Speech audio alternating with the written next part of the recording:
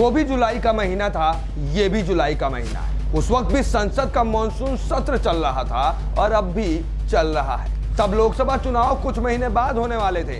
इस बार भी ऐसा ही माहौल है। हम बात 6 साल पहले और आज की कर रहे हैं। वो साल 2018 था जब प्रधानमंत्री नरेंद्र मोदी ने लोकसभा में उस वक्त हुए मॉनसून सत्र में एक भविष्यवाणी की थी। अब मोदी की वो भविष्यवाणी शब्द दर शब्द सच हो गई है। जी हाँ, मोदी ने 2018 में क्या भविष्यवाणी की थी और आज कैसे वो सच हो गई है, ये हम आपको अपनी इस रिपोर्ट में दिखाने जा रहे हैं। तो इस वीडियो को अंत तक जरूर देखिएगा और अपनी राय प्रतिक्रिया कमेंट बॉक्स में देना मत भूलिएगा।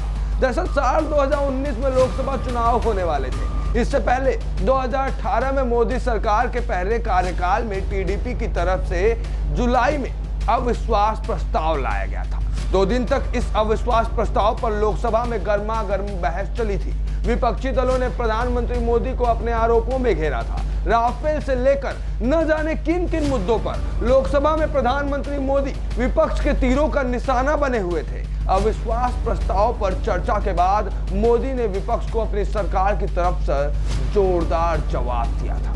इसी जवाब के दौरान प्रधानमंत्री मोदी ने एक भविष्यवाणी की थी। ये भविष्यवाणी आज हकीकत में बदल गई है। जरा आप भी देखिए प्रधानमंत्री मोदी का वो भविष्यवाणी और उसके बाद दिखाते हैं कैसे वो भविष्यवाणी हकीकत में बदल गई है। सबसे पहले प्रधानमंत्री मोदी का वो भविष्यवाणी देखिए। वो शुभकामनाएं मैं आज फिर देना चाहता हूं कि आप इतनी तैयारी करो कि 2023 में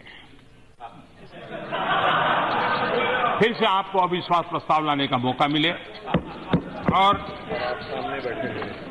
अहंकार की बात है।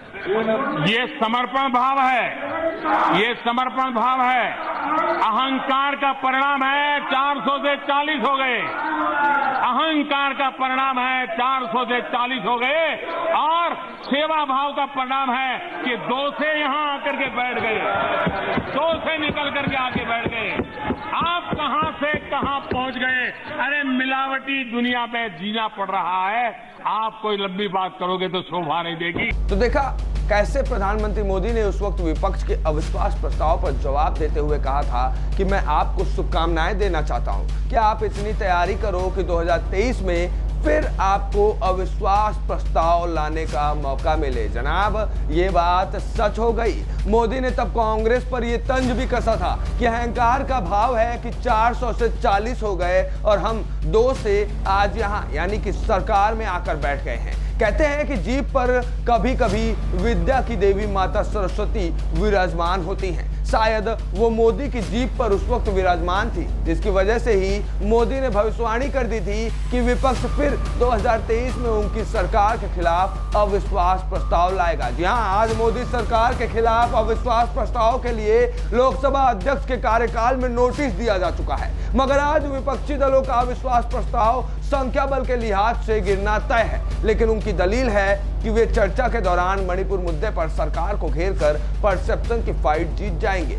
अविश्वास प्रस्ताव का परिणाम पहले से तय है क्योंकि संख्या बल साफ तौर पर भारतीय जनता पार्टी के पक्ष में है और विपक्षी समूह के निचले सदन में 150 से कम सदस्य हैं। विपक्षी दलों का तर्क है कि यह मणिपुर मुद्दे पर प्रधानमंत्री नरेंद्र मोदी को संसद में बोलने के लिए मजबूर करने की रणनीति है। दरअसल सरकार इस बात पर जोर दे रही है कि मणिपुर की स्थिति पर चर्चा का जवाब केवल और केवल गृह मंत्री देंगे। ऐसे में पूरे मामले को देखने के बाद एक बात तो माननी पड़ेगी कि मोदी जी की राजनीतिक सूझबूझ पर शक बिल्कुल नहीं करने वाला है। वैसे आपका क्या सोचना है, हमें जरूर बताइएगा। ए न्यूज़ टुडे से विश्वेश तिवारी की रिपोर्ट।